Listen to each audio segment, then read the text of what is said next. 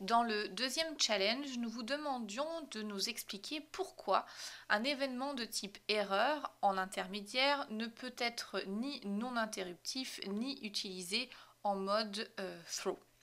Alors, on va essayer de donner des pistes de réponse à cette question. Déjà, qu'est-ce qu'on voulait dire? On voulait dire déjà qu'en mode intermédiaire de frontière et également en mode en mode sous-processus événementiel, pardon, l'erreur ne peut pas être non interruptive, elle est forcément interruptive.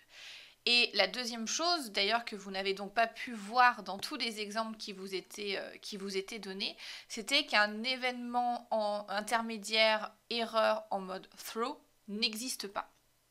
Alors, si on avait un événement en mode throw, ça voudrait dire quoi? Ça voudrait dire qu'on a une suite d'activités et que, à un moment donné, on envoie une erreur et qu'ensuite on va continuer sur la suite de notre processus.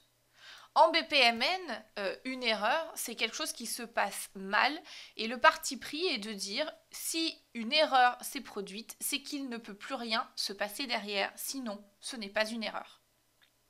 C'est pour ça qu'une erreur est d'une part interruptive, elle met fin au process ou à l'activité à laquelle elle fait référence, et également ne peut pas être utilisée en mode intermédiaire, en mode flow, parce qu'à ce moment-là, si c'est intermédiaire, ça veut dire que ça pourrait continuer sur la suite du processus. Or, une erreur, dans le sens de BPMN, c'est quelque chose qui va terminer le process ou l'activité, et il ne peut rien se passer derrière.